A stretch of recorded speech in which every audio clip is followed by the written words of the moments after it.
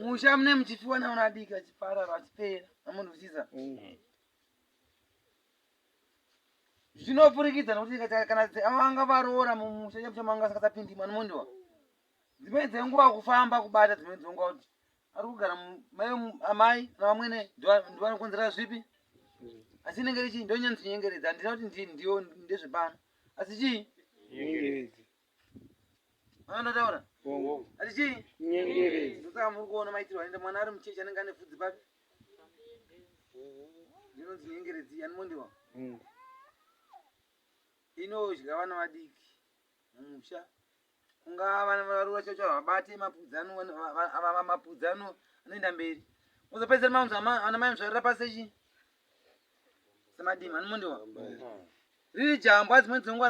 raenda pamunhu anomondiwa